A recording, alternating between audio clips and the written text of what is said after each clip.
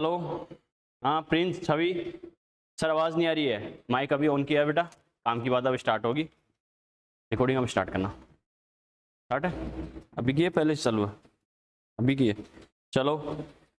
हाँ सर, कल आपने लिखाया था h multiply by C equal to E की वैल्यू 12,400 ले रहे थे, ये वैल्यू निकाल कर बताओ प्लीज़। और ये बताना क्या कहा, ये भी बता दो कि आपने इस फॉर्मूले में लेमडा को एंगस्ट्रम में क्यों लिया। बेटा देखो, एक्चुअल में क्या होता है, जैसे अपने पास एनर्जी कैसे आई है, इलेक्ट्रॉन वोल्ट में आई है। ओके, इलेक्ट्रॉन वोल्ट में आई है, तो इलेक्ट्रॉन वोल्ट की वजह से यहाँ पे जो वेवलेंथ अपन लेते हैं बेटा, वो किस में लेते हैं, यानी एंगस्ट्रम में लेते हैं बेटा, ये ध्यान रखना। ओके, ये कुछ फिक्स पैरामीटर है, इसके साथ यही यूज करना है। जैसे अगर बाय द वे जूल में लेते तो अपन किसकी जगह करते बेटा, यानी मीटर में यूज करते हैं वेवलेंथ को। क्लियर है? यहाँ पर लेमडा को किसकी टर्म में यूज करना है, एंगस्ट्रम में यूज करना। आपको याद, अपने वेवलेंथ के बारे में बात की थी। वेवलेंथ को अपन angstrom, metre, picometre, centimetre, nanometre किसी भी टर्म में रिप्रेजेंट कर सकते हैं, लेकिन किसके साथ कैसे रिप्रेजेंट करते हैं वो हमें ध्यान रखना है। जूल की यूनिट होगी तो अपन क्या करेंगे, मीटर में। अगर अर्ग के साथ होगा तो सेंटीमीटर में। और अगर इलेक्ट्रॉन वोल्ट की बात करें तो क्या करते हैं बेटा, एंगस्ट्रम में करते हैं। क्लियर है? और 12,400 कैसे आया वो तुम्हें क्या करना है, इधर ध्यान दो प्रिंस। सभी अपने जो वैल्यू आई थी बेटा एच, सी और ई की, ठीक है। इलेक्ट्रॉन का चार्ज क्या होता है, एच मतलब प्लैंक कांस्टेंट होता है, सी मतलब वेलोसिटी ऑफ लाइट होती है। ओके, उसको तुम्हें सोल्व करना है। वो वैल्यू किस में आएगी, जूल में आएगी बेटा, ठीक है। यानी एच और सी वाली वैल्यूज पुट करोगे तब आपके पास क्या आएगा, उसको आप एक इलेक्ट्रॉन के चार्ज से डिवाइड कर रहे हो। नॉर्मली हमें पता है एच और सी की वैल्यू पुट करोगे, जूल वाली एम के यूनिट यूज करोगे। उसे क्या करना, अगर मुझे पास वैल्यू जूल में आ रही है, उसको मैं इलेक्ट्रॉन वोल्ट में करना चाहूँ तो क्या करते हैं अपन, एक इलेक्ट्रॉन चार्ज से डिवाइड तो करते हैं बेटा। तो अपने पास जो रिजल्ट आएगा कैलकुलेशन है, बाकी कुछ नहीं बेटा, ठीक है। क्लास के बाद कॉल करके पूछ लेना, कोई दिक्कत नहीं, खाली कैलकुलेशन है मैथमेटिक्स से और कुछ नहीं इसमें, ठीक है। तो ये जरूर ध्यान रखना बेटा, कैसे करना क्या करना। हमें एनर्जी जूल की फॉर्म में बात करा है, इलेक्ट्रॉन वोल्ट में बात करा है, कैसे करना क्या करना, इस चीज का खासकर थोड़ा सा ध्यान रखना आपको। क्लियर है बेटा? ठीक है, चलो बेटा आगे बात स्टार्ट करते हैं। बच्चों देखो, अपना जो लास्ट लेक्चर में अपन बात कर रहे थे प्लैंक्स क्वांटम थ्योरी की अपन बात कर रहे थे। आवाज सही आ रही है? प्रिंस, छवि, प्रिंस, छविकांत, आवाज तो सही आ रही है ना? अब फटाफट बताओ, स्टार्ट करते हैं, फटाफट बताओ। चलो ठीक है बेटा। बच्चों देखो, अपना जो लास्ट लेक्चर था उसको थोड़ा सा बेटा देखो मैं वापस थोड़ा सा रिवाइज करवा रहा हूँ, ताकि आज जो क्वेश्चंस अपन सोल्व करेंगे उसमें थोड़ी सी कनेक्टिविटी बनी रहे। ओके, अपन बात करें बेटा फिजिकल केमिस्ट्री का जो सबसे बेसिक चैप्टर होता है एटॉमिक स्ट्रक्चर। ओके, उसकी अपन बात करें। एटॉमिक स्ट्रक्चर में एक प्लैंक क्वांटम थ्योरी आती है बच्चों, आपने नाम सुना होगा। ओके, पीछे नाम पढ़ा होगा बेटा, 11th में आता है चैप्टर, ठीक है। तो प्लैंक क्वांटम थ्योरी में अपन क्या करते हैं बच्चों, प्लैंक क्वांटम थ्योरी में प्लैंक ने क्या कहा था कि कोई भी सबस्टांस है, इधर ध्यान दो, कि कोई भी सबस्टांस है वो चाहे एनर्जी का एब्जॉर्प्शन करे या एनर्जी का एमिशन करे, ये कंटिन्यूअस फॉर्म में ना होकर क्या होता है, डिसकंटिन्यूअस फॉर्म में होता है। ओके, डिसकंटिन्यूअस फॉर्म में होता है, स्मॉल एनर्जी बंडल्स की फॉर्म में होता है। और ये जो छोटे छोटे एनर्जी बंडल्स होते हैं, इन्हीं को क्या बोला गया था, क्वांटम नाम दिया था। ओके, कैसे बेटा, नॉर्मली मान लो ये सबस्टांस है, एक तरीका तो ये है एनर्जी का गेन कर रहा है या फिर एनर्जी लॉस कर रहा है, एक तरीका तो ये है। लेकिन प्लैंक ने क्या कहा कि एनर्जी का जो एब्जॉर्प्शन हो रहा है यानी गेन करना, या एमिशन हो रहा है यानी लॉस कर रहा है, ये कंटिन्यूअस फॉर्म में ना होकर क्या होगा, डिसकंटिन्यूअस फॉर्म में होगा बच्चों। जैसे मैं डॉट डॉट से रिप्रेजेंट कर रहा हूं, ये डिसकंटिन्यूअस फॉर्म में है, स्मॉल एनर्जी बंडल्स की फॉर्म में। इन एनर्जी बंडल्स को इन्होंने क्या कहा, क्वांटम नाम दिया था बच्चों। क्लियर है? और लाइट के लिए इन्हीं एनर्जी बंडल्स को क्या कहते हैं, फोटोन भी कहते हैं बच्चों। क्लियर है? आगे इन्होंने क्या कहा कि एनर्जी जो होती है वो फ्रीक्वेंसी के डायरेक्टली प्रोपोर्शनल होती है। ओके, और प्रोपोर्शनल साइन हटाने के लिए कांस्टेंट एच यूज करते हैं, यानी क्या हो गया, E equal to H nu. एक फॉर्मूला अपने पास ये आया था। ओके, ठीक है बेटा। और ये जो न्यू होता है वो होता है सी अपॉन लेमडा। न्यू इक्वल क्या होता है, सी अपॉन लेमडा। तो एक अपने पास फॉर्मूला क्या आया था, न्यू की जगह लिखते हैं E equal to H C upon lambda. Clear है? तो ये अपने पास बेटा इंपॉर्टेंट फॉर्मूले आए थे, इनका ध्यान रखना आपको। क्लियर है? एनर्जी का नाम आते ही ध्यान रखना बेटा, दिमाग में सेट कर लेना इस बात को। एनर्जी नाम आते ही दिमाग में ये दो कॉन्सेप्ट तो आने ही चाहिए, E equal to H nu या E equal to H C upon lambda. अगर फ्रीक्वेंसी की बात कर रहा है तो न्यू की बात यूज करेंगे, वेवलेंथ की बात कर रहा है तो क्या करेंगे, लेमडा को यूज करेंगे बेटा। समझ में आ गया? क्लियर है बच्चों? ठीक है। और कल जैसे मैंने दो कॉन्सेप्ट लिखाए थे, जो मैंने कहा था किसी भी टीचर के रजिस्टर में या फिर बुक में नहीं मिलेगा, क्या, नंबर ऑफ एमिटेड या एब्जॉर्ब्ड फोटोन, फोटोन के नंबर के लिए, जिनमें एग्जाम में सबसे ज्यादा क्वेश्चन इसी कॉन्सेप्ट पर आते हैं बच्चों। ठीक है, उसके लिए मैंने क्या कॉन्सेप्ट बताया था Abhishek, 5 multiply by 10 to power 24 multiply by क्या होता है, E इंटू लेमडा। यस और नो? अरे याद है ना, एक फॉर्मूला तो बेटा मैंने ये लिखाया था, आज जब हम क्वेश्चन सोल्व करेंगे तो इसका यूज करेंगे। एक अपने पास क्या आया था 5 multiply by 10 to power 24 multiply by क्या होगा पी लेमडा इंटू टी होगा बच्चों। क्लियर है, ये सब कुछ इसकी कॉपी में नोट है बेटा, तुम्हें अलग से क्लास के बाद थोड़ा समझा दूंगा कैसे करना क्या करना। क्लियर है यहाँ तक? ओके चलो बच्चों आज बात करते हैं। देखो अपना जो लास्ट लेक्चर हुआ था उसमें अपन ने फोटोन के बारे में काफी कुछ डिस्कस किया था। फोटोन ये होता है, फोटोन वो होता है। ओके एक दो चीजें और ध्यान रखना फोटोन के बारे में, ये जो मैं दो एक कॉन्सेप्ट बोलूंगा ये फिजिक्स में भी आपके कई जगह यूज होंगे, तो ध्यान रखना। सबसे पहले अगर बात करूं फोटोन की तो ध्यान रखना बच्चों, मैंने दो चीज बोली थी, पीछे एक नाम आया था मैटर पार्टिकल। मैटर पार्टिकल का मतलब क्या होता है? मैटर पार्टिकल का मतलब क्या होता है? जिसका कुछ ना कुछ मास हो। मैंने क्या कहा था, मैटर का मतलब ही क्या होता है? मास, यानी ऐसा पार्टिकल। पार्टिकल मतलब micro substance. Clear? Matter particle मतलब ऐसा पार्टिकल जिसका कुछ ना कुछ मास हो। क्लियर है? तो ध्यान रखना photon is only an energy bundle not a matter particle. मैंने क्या कहा? Photon is only an energy bundle not a matter particle, यानी फोटोन ओनली क्या है? एनर्जी बंडल है जो एनर्जी प्रोवाइड करवाता है, लेकिन एक मैटर पार्टिकल नहीं है। रीजन जरूर ध्यान होना चाहिए बेटा। इसका मतलब क्या? बिकॉज फोटोन का रेस्ट मास क्या होता है? जीरो होता है बेटा। जैसे मैंने क्या कहा था, जो सनलाइट होती है वो क्या होती है? मिलियंस बिलियंस पार्टिकल से मिलकर बनी होती है जो सनलाइट होती है बेटा। हमने आज तक ये सुना है कि लाइट की वेलोसिटी या स्पीड इतनी होती है, लेकिन आज तक कभी सुना है कि लाइट का मास ये होता है? यस और नो? क्योंकि एक्चुअल में जो सनलाइट होती है वो क्या होती है? कई सारे स्मॉल छोटे छोटे पार्टिकल से मिलकर बनी होती है। इन्हीं को तो क्या कहते हैं? फोटोन कहते हैं, हर पार्टिकल को। तो मैंने क्या कहा, बात समझ में आ गई? तो एक्चुअल में क्या होता है? फोटोन जो होता है, और लाइट में हमें पता है एनर्जी होती नहीं होती? होती है बेटा, ठीक है, ये तो सभी जानते हैं। तो एक्चुअल में क्या कहेंगे, फोटोन जो होते हैं जिनसे मिलकर लाइट बनती है बच्चों, तो क्या होता है? फोटोन ओनली एक एनर्जी बंडल है, एक मैटर पार्टिकल नहीं है। मैटर पार्टिकल नहीं है क्योंकि इसका रेस्ट मास क्या होता है? जीरो होता है बेटा। समझ में आ गया? क्लियर है बेटा? ठीक है, लिखो बेटा, स्टेटमेंट लिखो। लिखो photon is only an energy bundle. Photon is only an energy bundle. Photon is only an energy bundle. Photon is only an energy bundle, not a matter particle. चला लो आराम से, कोई दिक्कत नहीं। Photon is only an energy bundle, not a matter particle.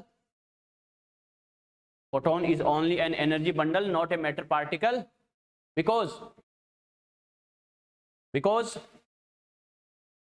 the rest mass of photon is zero. Because the rest mass of photon, rest mass समझ रहे हो बेटा? दो टाइप के मास होते हैं, जो बच्चे नए बेटा वो समझना इस चीज को।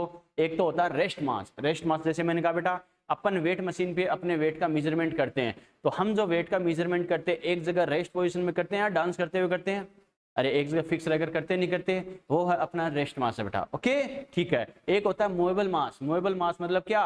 पार्टिकल में कुछ ना कुछ वेलोसिटी होती है, स्पीड होती है, उस कंडीशन में उसका जो मास होता है वो क्या होता है? थोड़ा डिफरेंट होता है बच्चों, वो होता है उसका मूवेबल मास। समझ में आ गया? क्लियर? जब मूवमेंट उसमें है उस कंडीशन में उसका मास क्या है? क्लियर है? तो मैंने क्या कहा, photon is only an energy bundle not a matter particle. Clear? Because मैंने क्या बोला, फोटोन ओनली एक एनर्जी का बंडल है, एक मैटर पार्टिकल नहीं है। उसका रीजन भी लिखा है, बिकॉज फोटोन का रेस्ट मास क्या होता है? जीरो होता है बच्चा। आ गया समझ में? क्लियर है बेटा? ओके चलो एक चीज और ध्यान रखना। एक बात बताओ, अगर फोटोन का कोई रेस्ट मास नहीं होता, यानी रेस्ट मास जीरो होता है, तो ये बताओ इस पर ग्रेविटी का कोई इफेक्ट होगा क्या? यस और नो? क्योंकि हमें पता है ग्रेविटी का इफेक्ट किस पर होता है? जिसका कुछ ना कुछ मास हो तभी तो होता है। mg के इक्वल बेटा फोर्स लगता है। यस और नो? लगता नहीं लगता? इसका रेस्ट मास जीरो होता है, इसका मतलब ग्रेविटी का कोई इफेक्ट होगा क्या? नहीं, ग्रेविटी का कोई इफेक्ट नहीं होगा। तो ये बताओ इसकी स्पीड में चेंजेस होगा क्या? नो बच्चों। तो ध्यान रखना फोटोन की वेलोसिटी क्या होगी? लाइट की वेलोसिटी के इक्वल ही होती है। ठीक है, मेरा अगला स्टेटमेंट क्या है? The velocity of photon is equal to velocity of light and does not depend on a source of light. मैंने क्या कहा? फोटोन की वेलोसिटी लाइट की वेलोसिटी के इक्वल होती है और सोर्स की नेचर पे डिपेंड नहीं करती। सोर्स का मतलब है चाहे आप सनलाइट ले सकते हो या कोई ट्यूबलाइट ले सकते हो बेटा, एलईडी बल्ब ले सकते हो, लोटिया समझ रहे हो ना, या फिर लालटेन भी लेके आ सकते हो। मेरा कहने का मतलब है सिंपल सा एग्जांपल आप देख सकते हो बेटा। कैसे? एक तो मैंने क्या किया, सपोज करो ये बड़ा सा हॉल है बच्चों। ओके, मान लो पूरा हॉल पैक था, बिल्कुल डार्कनेस है। ठीक है, आपने जैसे ही विंडो ओपन किया बेटा, विंडो ओपन किया तो क्या होगा? हमें पता है बेटा इस पार्ट से मतलब इस पॉइंट से उस पॉइंट तक सनलाइट जाएगी नहीं जाएगी? जाएगी बेटा। यानी मान लो सपोज करो एक माइक्रो पोर कर दिया। सपोज करो विंडो का मान लो आपने तो पर्दा हटा दिया, कर्टन हटा दिया, तो विंडो में क्या था? एक पोर था, माइक्रो पोर था। उससे आपको लाइट जाती हुई साफ साफ दिखाई देगी। यस और नो, क्लियर है बेटा? ठीक है। वैसे ही दूसरा एग्जाम्पल देखिए, पूरे रूम में क्या जी डार्कनेस थी, अंधेरा था, आपने क्या किया, टॉर्च ऑन की, टॉर्च ऑन की तो भी क्या होगा, इस पॉइंट से उस पॉइंट तक पास होने में, ये बताओ पहुंचने में लगने वाला टाइम सेम होगा नहीं होगा? अरे ऐसे होगा क्या कि सनलाइट है वो फास्ट जाएगी और मान लो सनलाइट तो जस्ट क्या होगी, नैनो सेकंड में पहुंच गई, और टॉर्च की लाइट है उस एंड तक पहुंचने में 5-10 मिनट का टाइम ले रही है, ऐसा है क्या? नहीं बेटा। बस ये ध्यान रखना, ब्राइटनेस कम ज्यादा हो सकती है। एक सिंपल सा एग्जांपल बच्चों आप देख सकते हो, जैसे कैसे, अगर मान लो अगर 100 वाट की मान लो मरकरी है, सपोज करो 100 वाट की मरकरी है, तो हमें पता है पूरे रूम में क्या, जहां जैसे अपन ने ऑन कर दी है तो पूरे रूम में उसकी लाइट फैलेगी नहीं फैलेगी? फैलेगी बेटा, क्लियर है? अब अपन ने क्या किया, पहले अपन ने 100 वोट की मरकरी यूज की थी, अब मैंने क्या किया, मान लो 10 वोट का बल्ब यूज किया बेटा, लोटिया यूज किया, ओके 10 वोट का बल्ब यूज किया, तो इसका मतलब ये है क्या, इसकी जो लाइट रूम में फैल रही है वो धीरे धीरे फैल रही है, यस और नो? अरे ऐसा होगा, पहले फर्स्ट बेंच तक गई, फिर सेकंड तक गई, फिर थर्ड तक गई, ऐसे करते करते लास्ट तक जाएगी, ऐसा है क्या? नहीं बेटा, स्पीड क्या होगी, सेम होगी। हाँ हमें पता है बच्चों क्या होगा, सभी की इंटेंसिटी ब्राइटनेस कम ज्यादा हो सकती है लेकिन स्पीड क्या होगी, सेम होगी बेटा। आ गया समझ में? क्लियर है? तो मेरा कहने का मतलब क्या है, यानी जो फोटोन की स्पीड होती है, वेलोसिटी होती है, वो लाइट की वेलोसिटी के इक्वल होती है और does not depend on source of light. Light का सोर्स क्या है, चाहे सनलाइट आप ले सकते हो या फिर क्या ले सकते हो बेटा, ट्यूबलाइट ले सकते हो या फिर लालटेन भी लेके आ सकते हो। सर इससे क्या होगा, हाँ उसकी ब्राइटनेस यानी लाइटिंग कम ज्यादा हो सकती है लेकिन स्पीड लाइट की सभी के लिए क्या होगी, सेम होगी बेटा। समझ में आ गया? क्योंकि फोटोन मैंने क्या कहा, एनर्जी बंडल जो लाइट प्रोवाइड करवाते हैं मेनली बेटा, तो इनका रेस्ट मास 0 होता है, तो ग्रेविटी का कोई इफेक्ट नहीं होगा। ग्रेविटी का इफेक्ट नहीं है इसका मतलब उस पार्टिकल के लिए स्पीड क्या होगी, कांस्टेंट होगी और हर कंडीशन में सेम रहेगी। समझ में आ गया? क्लियर है बेटा? लिखो बेटा, नेक्स्ट स्टेटमेंट लिखो, the velocity of photon, the velocity of photon, the velocity of photon is equal to velocity of light. The velocity of photon is equal to velocity of light. The velocity of photon is equal to velocity of light and does not depend on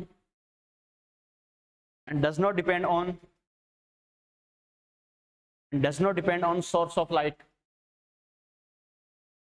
and does not depend on source of light, does not depend on source of light।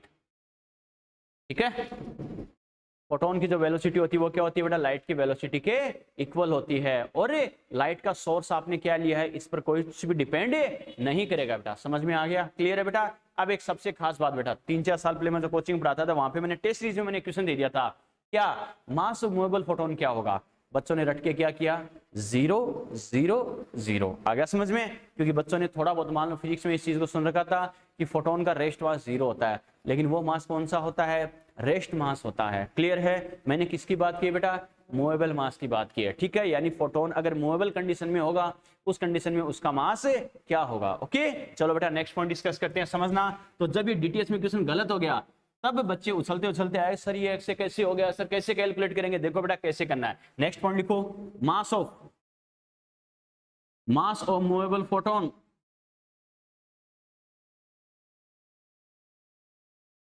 Movable photon का mass क्या होगा, mass of movable photon infinite, no Prince, गलत है बेटा। चलो नाम सुन के अच्छा लगा इनफाइनाइट, लेकिन आंसर ये नहीं है बेटा।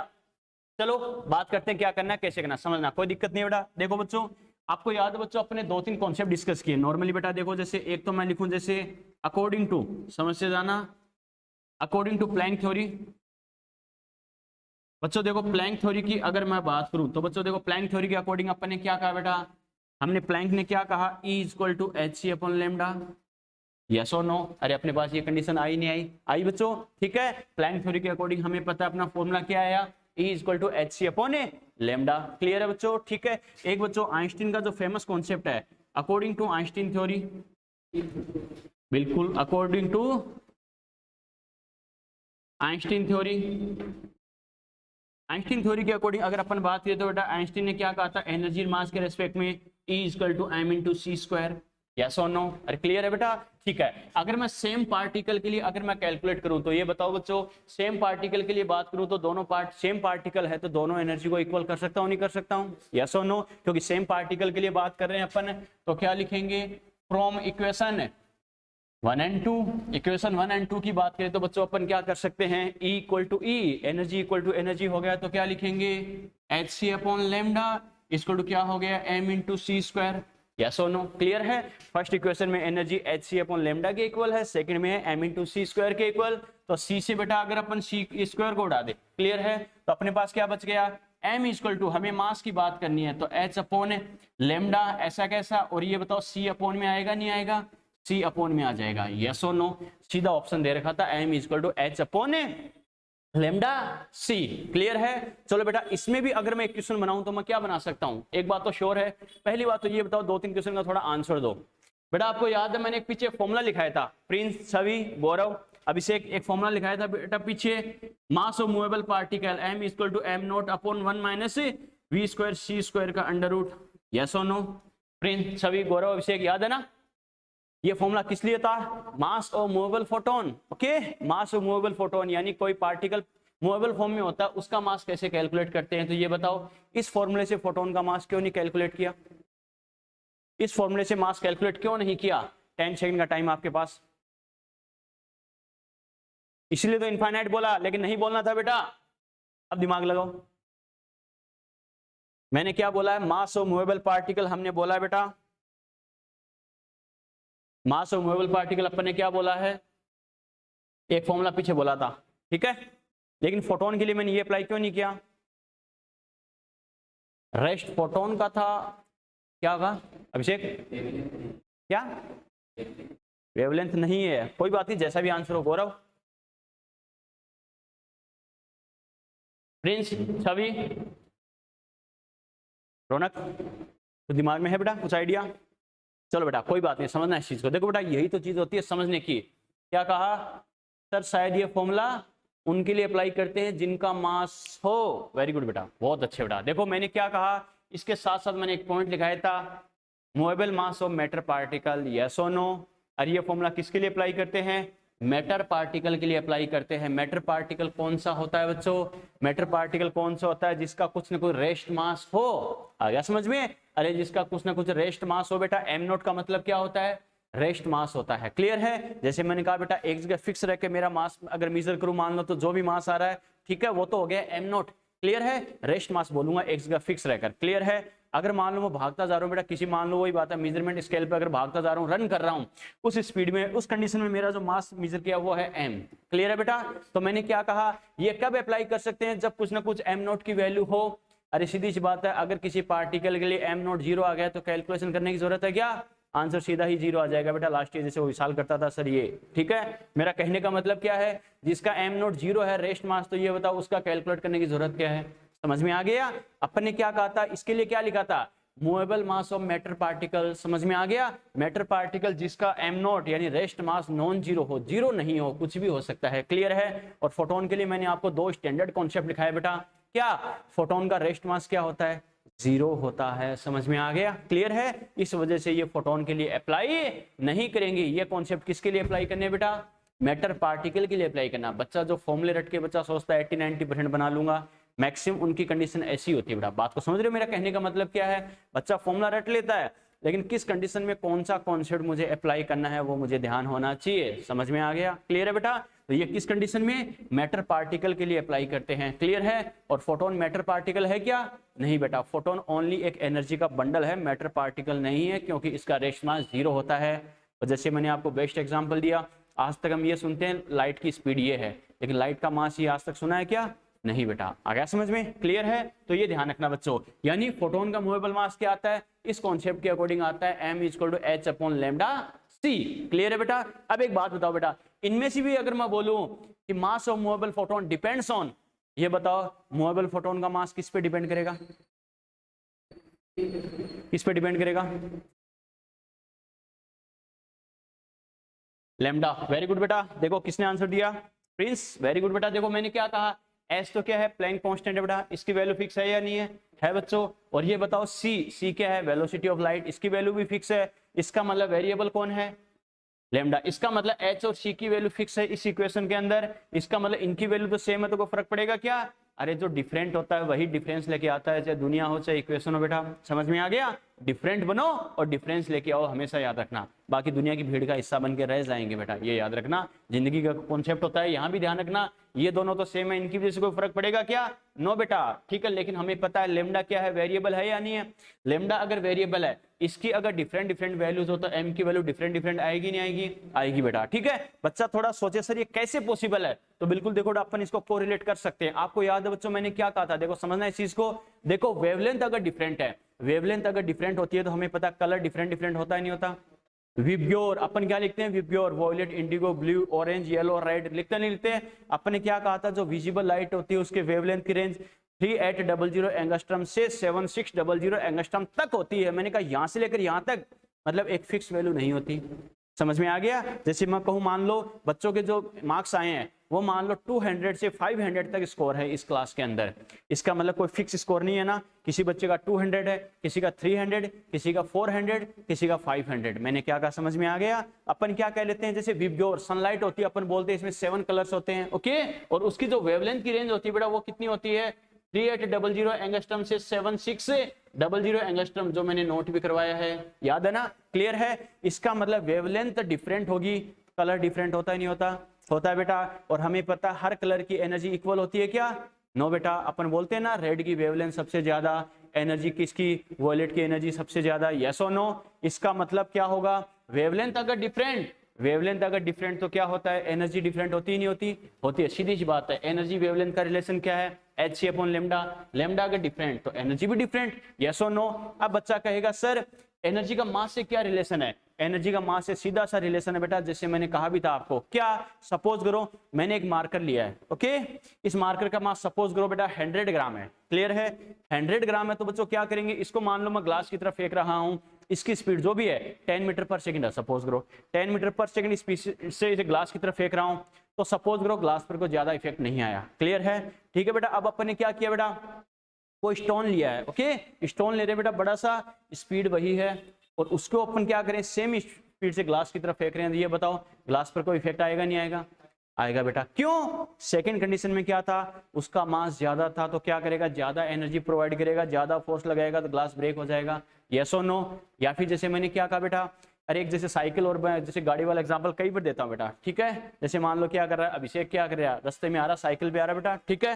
तो उसने साइकिल को क्या फ्लाइट मोड पे ले रखा है, फ्लाइट मोड पे ले रखा मतलब क्या, 100 की स्पीड से आ रहा है, 100 की स्पीड से आ रहा है। तो मान लो रास्ते में इसने क्या किया, कोई पैसेंजर को पैदल जा रहा था बेटा, ठीक है, उसने क्या किया, 100 की स्पीड से आ रहा था, ब्रेक लगा नहीं, उसने साथ में रिसीव कर लिया, ठीक है। और ज्यादा ज्यादा क्या करेगा, लगेगी थोड़ी, यहाँ छोड़ देगा, ठीक है। इसने ब्रेक लगाया नहीं, क्या किया, उसको आगे वाले टायर पे बिठाया और यहाँ तक छोड़ दिया, कोई दिक्कत नहीं है, कोई ज्यादा फर्क पड़ा गया नहीं बेटा। लेकिन अगली कंडीशन में क्या होगा, गौरव मान लो ट्रक लेके आ रहा है बेटा, ठीक है, उसी स्पीड से ट्रक लेके आ रहा है, तो क्या करेगा, इसको सीधा यहाँ छोड़ेगा, ऐसे मत छोड़ेगा, ऐसे मत छोड़ेगा, और हो सकता है और भी आगे छोड़ दे। मेरा कहने का मतलब क्या, ज्यादा एनर्जी दे दे तो सीधा आगे ट्रांसफर कर दे बेटा, कहने का मतलब सीधा मार्स पे भेज दे। मेरा कहने का मतलब क्या बेटा, देखो यानी स्पीड वही है, स्पीड वही है, ऐसा नहीं ड्राइवर का टैलेंट है, ठीक है, व्हीकल का टैलेंट है बेटा, ठीक है। सेकंड कंडीशन में क्या था, व्हीकल का मास ज्यादा था तो वो ज्यादा एनर्जी प्रोवाइड करवाएगा, समझ में आया बेटा? तो मेरा कहने का मतलब क्या, देखो बच्चों कहां से कहां अपन कोरिलेट कर सकते हैं, लेमडा अगर डिफरेंट होगा मास डिफरेंट होगा, यस और नो? मास अगर डिफरेंट होगा एनर्जी डिफरेंट होगी बेटा, एनर्जी मास का रिलेशन समझ में आ गया बेटा, क्लियर है? और वैसे ही अपन देख सकते हैं बेटा, इसका मतलब मैं क्या कह सकता हूं, अगर वेवलेंथ अगर डिफरेंट होगी तो क्या होगा, फोटोन का मास भी क्या होगा, डिफरेंट होगा। और इसीलिए हम देख सकते हैं बेटा, सनलाइट जो होती है विब्ग्योर, इसमें डिफरेंट डिफरेंट कलर होते हैं बेटा, 7 कलर्स होते हैं, सभी की एनर्जी सेम होती है क्या? नहीं, क्योंकि हमें पता हर कलर की वेवलेंथ डिफरेंट है या नहीं है बेटा, हर कलर की वेवलेंथ डिफरेंट है। इसीलिए तो अपन कहते हैं सबसे ज्यादा एनर्जी इसकी होती है, उससे कम इसकी होती है, उससे कम इसकी होती है। अपन एक ऑर्डर लिखा था लास्ट लेक्चर में, याद है ना? तो क्या होगा, डिफरेंट कलर की वेवलेंथ डिफरेंट है, उनकी एनर्जी भी डिफरेंट डिफरेंट होती है। क्यों? क्योंकि उनके जो पार्टिकल्स होते हैं, फोटोन पार्टिकल्स, उनका मूवेबल मास सभी का क्या होता है, डिफरेंट डिफरेंट होता है। समझ में आ गया मैं क्या कहना चाहता हूँ, यस और नो? क्लियर बेटा? ये सब चीजें अगर आपको क्वेश्चन ऑप्शंस बना के दे दे, रटाफिकेशन से कभी कर ही नहीं पाओगे बेटा, अच्छे समझ के करोगे। हाँ, इसका मतलब ये हो सकता है, इसका मतलब ये हो सकता है, समझ में आया कैसे करना है? क्लियर है बेटा? चलो तो ये स्टेटमेंट लिख लो, यहां से लेकर यहां तक नोट कर लो पहले, मास ऑफ मूवेबल फोटोन।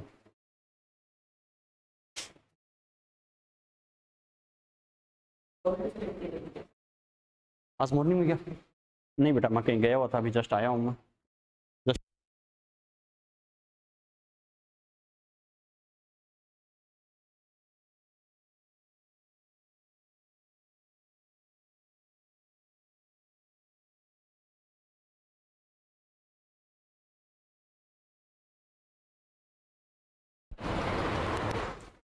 सारे लेक्चर मिल जाएंगे।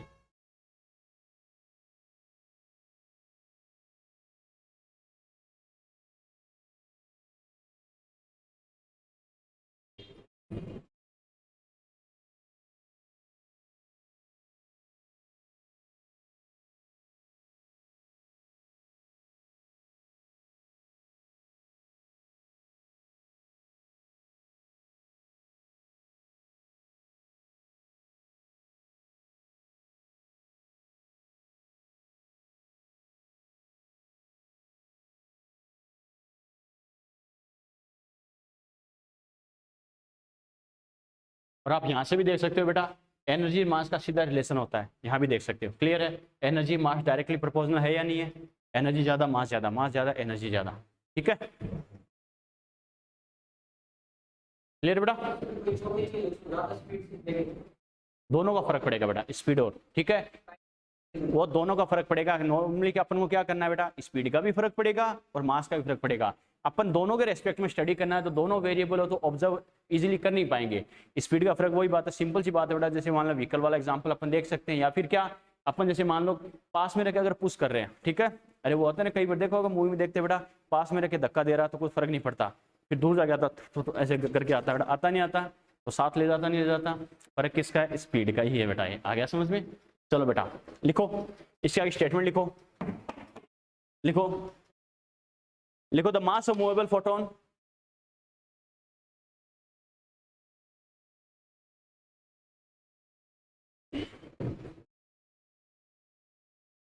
the mass of movable photon depends on the mass of movable photon depends on wavelength of radiation, depends on wavelength of radiation,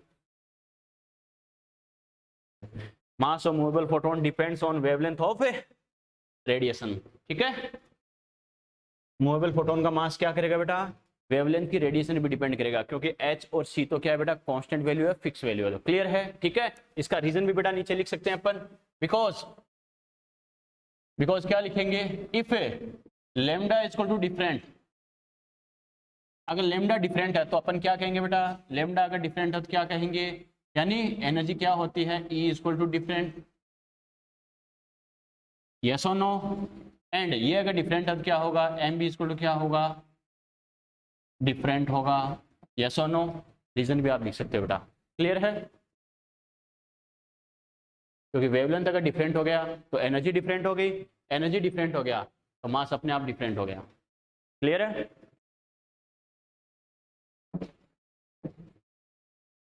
चलो तो ये ध्यान रखना बेटा, क्यों हुआ, मैंने जो स्टेटमेंट लिखा है इसका रीजन क्या है, ये भी मैंने लिखा है। क्लियर है?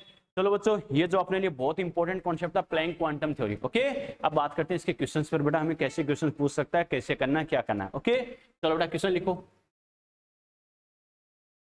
लिखो क्वेश्चन पर बात करते हैं बेटा, लिखो calculate, calculate, calculate, calculate the wavelength of radiation, calculate the wavelength of radiation, calculate the wavelength of radiation, calculate the wavelength of radiation, energy of which 1 electron volt, calculate the wavelength of radiation, energy of which 1 electron volt।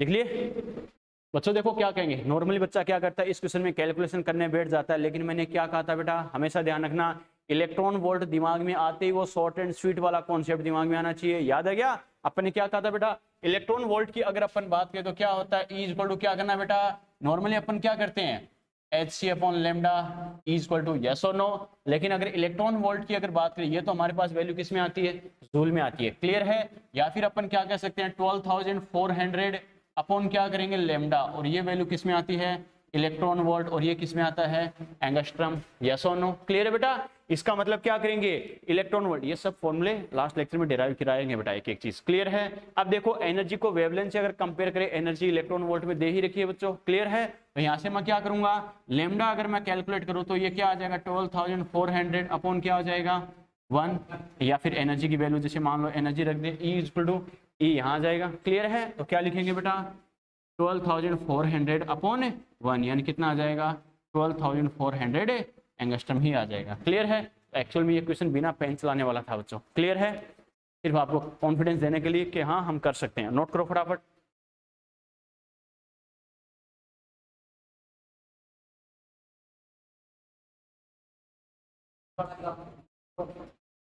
Section वाला क्या,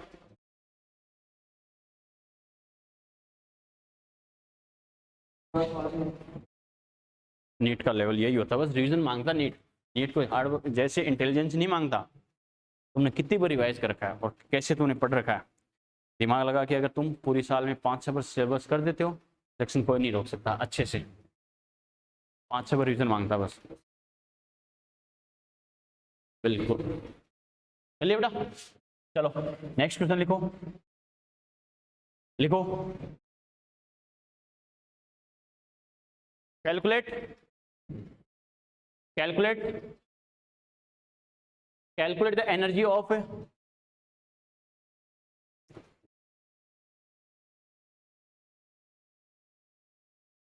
calculate the energy of, calculate the energy of 1 mole photons, calculate the energy of 1 mole photons if a frequency of radiation, if a frequency of radiation is 5 multiplied by 10 to power 14 hertz, if a frequency of radiation is 5 multiplied by 10 to power 14 hertz, 5 multiplied by 10 to power 14 hertz, लिख लिया बेटा। बच्चों देखो इसलिए मैंने आपको basic concept जानबूझ के बताए थे, मैक्सवेल थ्योरी, मैंने कहा था फ्रीक्वेंसी क्या होता है, वेवलेंथ क्या होता है, ये सब बार बार काम आएंगे, याद है ना। ओके चलो बेटा, इसके अकॉर्डिंग अगर हम बात करें तो सबसे पहले कैसे करना, मैंने क्या कहा था, calculate the energy of, energy तो पूछा है बच्चों, मैंने क्या कहा था, एनर्जी और फ्रीक्वेंसी नाम सुनते ही सबसे पहले दिमाग में क्या आना चाहिए, E इक्वल टू क्या होता है बेटा एच न्यू, यस और नो, क्लियर है बेटा। अगर वेवलेंथ की बात करता तो न्यू को आगे लेमडा में कन्वर्ट कर लेते, तो एच सी अपॉन लेमडा लिखते नहीं लिखते, लिखते, लेकिन वेवलेंथ नाम दे रखा है क्या, नहीं, तो इससे हमें मतलब नहीं है। नॉर्मली ये एक फोटोन के लिए बात करते हैं, लेकिन क्वेश्चन की लैंग्वेज देखो बेटा क्या दे रखा है 1 मोल, यस और नो। मैंने चैप्टर के स्टार्टिंग में कहा था बेटा 1 मोल का मतलब क्या होता है, एन ए पार्टिकल, यस और नो, अवोगाद्रो नंबर के बराबर, यस और नो, क्लियर है बेटा। इसका मतलब मैं क्या लिखूंगा, एन पार्टिकल के लिए अगर अपन बात करें तो क्या लिखेंगे, एक फोटोन की एनर्जी क्या होती है, E equal to H nu, number of photon अगर n है तो मल्टीप्लाई बाई n करूंगा, नहीं करूंगा, यस और नो, क्लियर है बेटा। तो क्या लिखेंगे फॉर 1 मोल, अगर 1 मोल की बात करें तो ये बताओ नंबर ऑफ पार्टिकल 1 मोल के लिए क्या होता है, Na के बराबर, यस और नो, ठीक है बेटा। अरे 1 मोल का मतलब क्या होता है Na, मोल कॉन्सेप्ट में अपन डिटेल से पढ़ेंगे, और इसमें एटॉमिक के फर्स्ट लेक्चर में मैंने बताया भी था, अगर आपसे बोले 1 मोल पार्टिकल मतलब Na पार्टिकल, ये साइंटिस्ट के नाम पे दिया गया अवोगाद्रो नंबर, क्लियर है बेटा, नंबर ऑफ अवोगाड्रो, जिसकी वैल्यू कितनी होती है 6.023 मल्टीप्लाई बाय 10 टू पावर 23। कहने का मतलब बेटा ये एक एग्जैक्ट डाटा होता है। फॉर एग्जांपल जैसे अपन कहते हैं डजन, ठीक है, इधर ध्यान दो, मैंने बोल दिया डजन, बच्चे के दिमाग में अपना आप आ गया डजन मतलब क्या 12, सीधी सी बात है बेटा।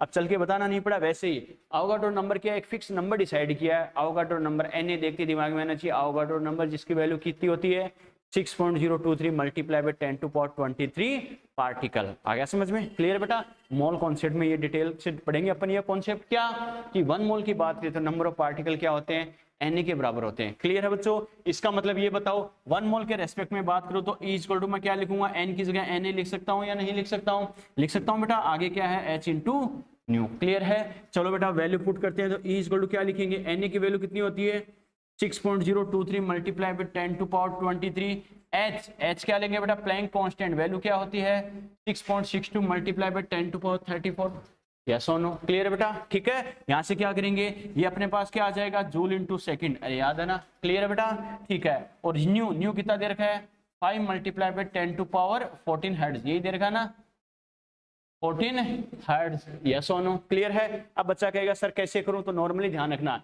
वैसे तो तुम डायरेक्टली कर लोगे तो भी बहुत इजी हो जाएगा, क्यों, क्योंकि मैंने तुम्हें बता रखा है बच्चों, याद है क्या क्या, जूल के साथ अगर बात करें तो आपको एमकेएस यूनिट यूज करनी है, यस और नो। अरे जूल के साथ क्या करना है आपको, एमकेएस वाली यूनिट यूज करनी है, क्लियर है। मैंने कहा था बच्चों वोट होता है, वोल्ट होता है, हर्ट्ज होता है, कुलाम होता है, ये सब कौन सी यूनिट होती है, एमकेएस वाली यूनिट ही होती है, यस और नो। इसका मतलब ये अगर जूल है तो इसके साथ हर्ट्ज डायरेक्टली यूज कर सकता हूँ, नहीं कर सकता हूँ, कर सकता हूँ बेटा, क्लियर है। और वैसे आपको याद अपने पढ़ा था 1 हर्ट्ज क्या होता है, 1 सेकंड इनवर्स, यस और नो।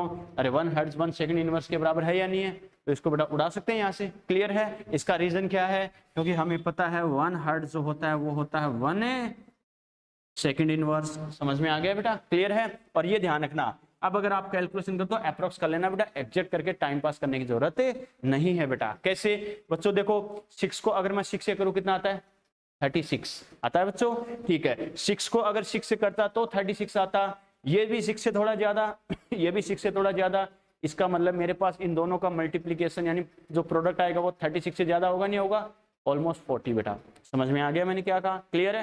देखो चाणक्य नीति कैसे काम में लेनी बिना एक्स्ट्रा पेन चला, ऐसा नहीं इसको इससे मल्टीप्लाई करके तुम 2 पेज भर दो, आ गया समझ में, ये नहीं कैलकुलेशन करे जा रहे हो करे जा रहे हो। तो 6.023 मल्टीप्लाई बाय 6.62 इक्वल टू कितना, ऑलमोस्ट 40, क्लियर है। मल्टीप्लाई बाय 5 ऑलमोस्ट कितना, 200, आ गया समझ में। अरे 40 को 5 से करें कितना आएगा बेटा, 200 आएगा, almost 200 multiply by 10 to power. अब 10 की पावर को सोल्व कर लो बेटा, कैसे, देखो 10 टू पावर 23 और 14, 23 और 4 कितना हो गया 27 और 10 यानी कितना हो गया 37, यस और नो, 37 और ये 34 माइनस का यानी कितना बच गया। अरे सीधी सी बात है, देखो 10 टू पावर इस चलो 2 स्टेप में कर लो, 23 प्लस का है और वो है 10 टू 14 यानी कितना हो गया प्लस का 37, यस और नो। और माइनस का कितना दे रखा है बेटा, -34, और मेरा आंसर ये जूल में आ ही जाएगा, क्लियर है। ठीक है, तो इसे मैं क्या करूंगा बच्चों, 200 मल्टीप्लाई बाय 10 टू पावर कितना हो गया 3 जूल, यस और नो, क्लियर है। देखो बेस अगर कॉमन है तो पावर को ऐड कर दो, ऐड मतलब जैसा साइन है उसी के साथ सोल्व कर लो, कैसे, 10 की पावर 10 की पावर यानी 37 माइनस 34, डिफरेंस कितना है, +3 का डिफरेंस है बच्चों, आ गया समझ में। तो 10 टू पावर कितना 3, ये जूल में है। अगर मेरा आंसर किलो जूल में आए तो क्या करूंगा, 1000 से मल्टीप्लाई करूंगा या डिवाइड करूंगा, डिवाइड करें, छोटी छोटी चीजें ध्यान रखना बेटा, वेरी गुड, ठीक है। क्या करना है आपको, ऑप्शन जानबूझ के चेंज करके दे सकता है कि बच्चे की मैथमेटिक्स कैसी है, ओके। तो क्या करना है बच्चों, ध्यान रखना कैसे, अगर नॉर्मली बात करें तो हमें पता है 1 जूल इक्वल टू क्या होता है 1000 किलो जूल यानी 10 टू पावर 3 किलो जूल, समझ में आ गया मैंने क्या कहा। इसका मतलब क्या करेंगे बेटा, 1 जूल इक्वल टू क्या होता है, यानी सॉरी बेटा किलो जूल की बात कर रहे हैं क्या, 1 किलो जूल, 1 किलो जूल की अगर बात करें तो क्या होता है 1000 जूल के बराबर होता है बेटा, किलो हटाने के लिए 1000 से मल्टीप्लाई करेंगे, क्लियर है। इसका मतलब अगर मैं उल्टा बोलूं बेटा क्या, कि 1 kilo joule equal to 10 to power 3 joule है, तो 1 जूल क्या हो जाएगा 10 टू पावर -3 किलो जूल, होगा नहीं होगा। अरे किलो हटाने के लिए क्या करते हैं 1000 से मल्टीप्लाई करते हैं, जैसे 1 किलोग्राम इक्वल टू 1000 ग्राम, नाम सुना है ना, 1 किलोग्राम इक्वल क्या होता है 1000 ग्राम, वैसे किलो हटाने के लिए 1000 से मल्टीप्लाई और लगाने के लिए 1000 से डिवाइड, क्लियर है बेटा। तो इसको क्या लिख सकते हैं अपन, ऑलमोस्ट 200 10 टू पावर 3 ये तो है ही है, multiply by 10 to power -3 kilo joule, समझ में आ रहा है, क्लियर है। देखो बेटा ये कैंसिल आउट हो गया तो ऑलमोस्ट कितना आ गया 200 किलो जूल। तो बेटा देखो ये अलग से करके बताने का मेरा पर्पज क्या था, फर्स्ट ऑप्शन आपको ये दे दे 200 multiply by 10 to power 3, option दे दिया पहला किलो जूल, तो ये आंसर सही है क्या, नो बेटा, किस में आ रहा है ये भी बच्चे को ध्यान होना चाहिए, आ गया समझ में। जूल बोले तो 10 टू पावर में ये आ जाएगा, किलो जूल बोले तो ये नहीं आएगा, क्यों नहीं आएगा, समझ में आ गया। नोट करो बच्चों, नोट करो।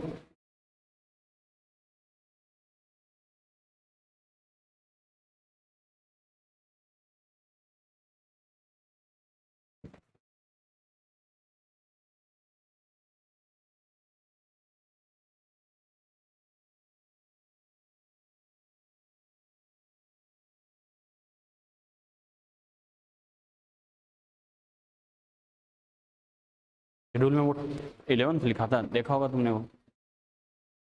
वो ध्यान रखना 12th के साथ होगा सॉलिड।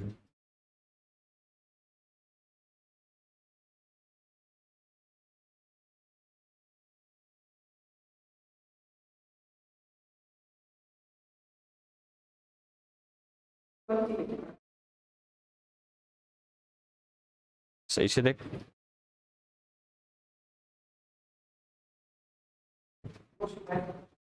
बिल्कुल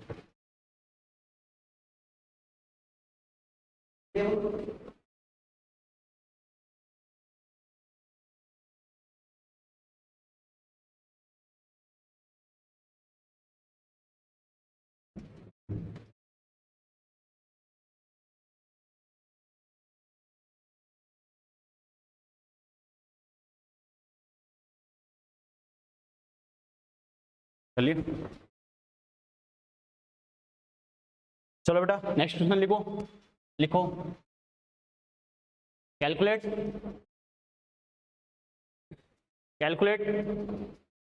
the number of emitted photons, calculate the number of emitted photons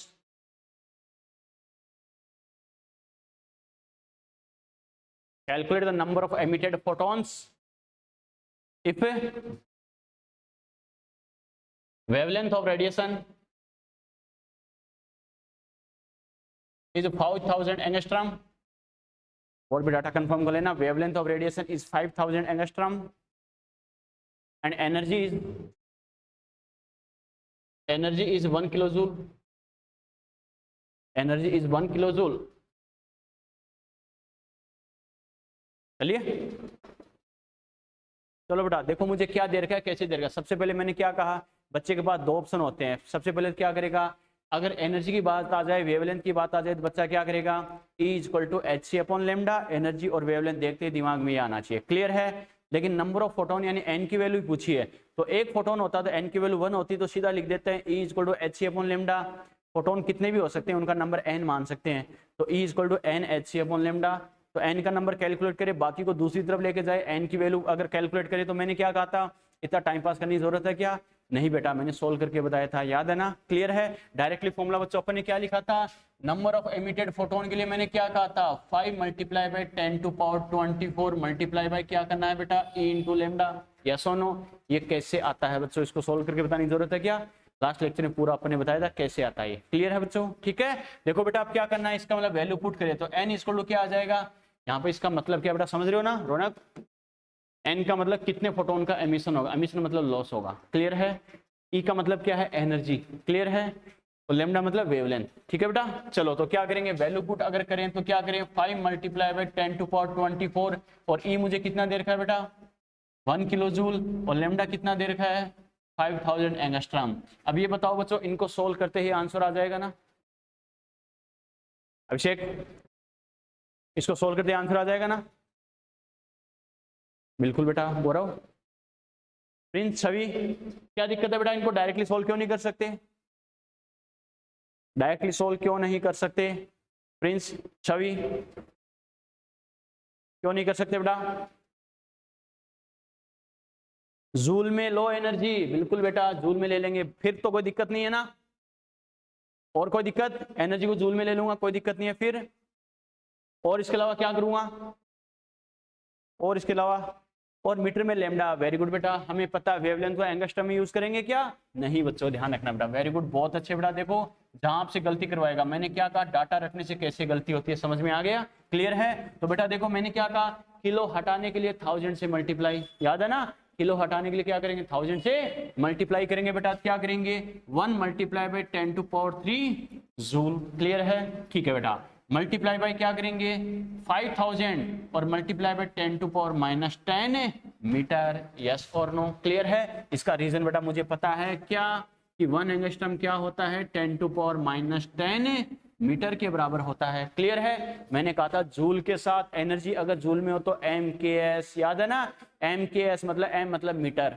distance किस में लेते हैं, मीटर में लेते हैं बेटा, क्लियर है। चलो बेटा तो ये खास कर ध्यान रखना। अब अगर सोल्व करे तो अपने वही स्टाइल में करना बेटा, लहराते हुए, यानी चाणक्य नीति काम में लेनी, अप्रोक्स कर लेना। कैसे बेटा, देखो 5 को 5 से करे कितना आएगा 25, वेरी गुड बेटा, बहुत अच्छे, ध्यान है ना ये तो। अभिषेक समझ में आया करके बताऊं कैसे आए, ठीक है बेटा। प्रिंस छवि ये सोल्व करके बताने की जरूरत है क्या, 25 कैसे आया, प्रिंस और छवि। चलो बेटा तो मैंने क्या कहा 25 हो गया, ठीक है। आगे क्या करेंगे, 10 की पावर देखो बेटा, प्लस में कितना 24 और 3 कितना हो गया 27 और 3 हो गया, प्लस के साथ कितना हो गया बेटा अरे सीधी सी बात है, 27 3 30 हो गया और माइनस 10 कितना हो गया 20, प्लस का 20 बच गया ना, यानी 10 टू पावर कितना हो गया 10 टू पावर 20 फोटॉन्स हो गया बेटा। समझ में आ गया? क्लियर है बेटा? यस और नो? क्लियर? ये मेरा आंसर आ गया, इतने फोटॉन्स।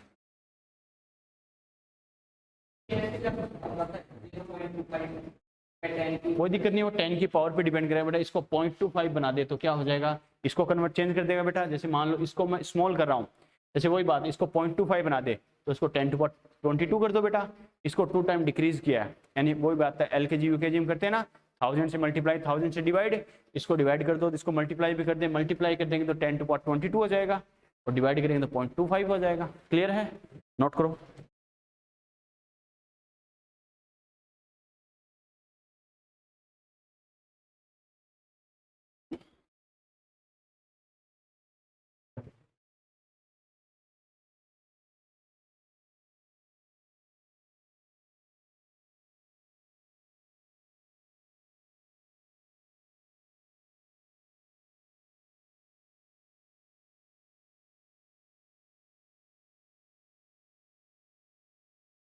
ले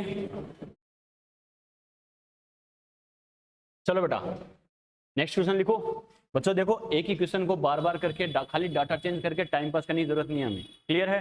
कॉन्सेप्ट क्लियर होने चाहिए। हर क्वेश्चन घुमा फिरा के हमें कैसे कैसे पूछ सकता है, वही बात है, फॉर्मूला वही है, खाली डाटा 10 की जगह 20 कर रहे हैं, 40 कर रहे हैं, 50 कर रहे हैं, तो कोई कैलकुलेशन थोड़ी सीखनी है हमें कॉन्सेप्ट सीखना है कि ऐसा बोले तो हमें कौन सा कॉन्सेप्ट अप्लाई करना है, फिर कैसे उसे अप्लाई करना है, कैसे सोल्व करना है। क्लियर है?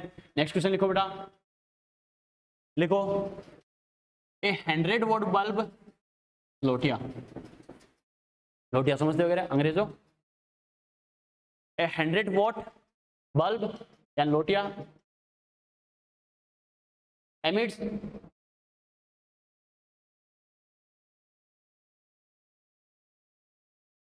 ए 100 watt bulb emits 5%, a 100 watt bulb emits 5% of its energy, 5% of its energy in form of 200 nanometer wavelength radiation. A 100 watt bulb emits 5% of its energy in form of 200 nanometer wavelength photon wavelength radiation, 200 nanometer wavelength radiation, ठीक है? then calculate the number of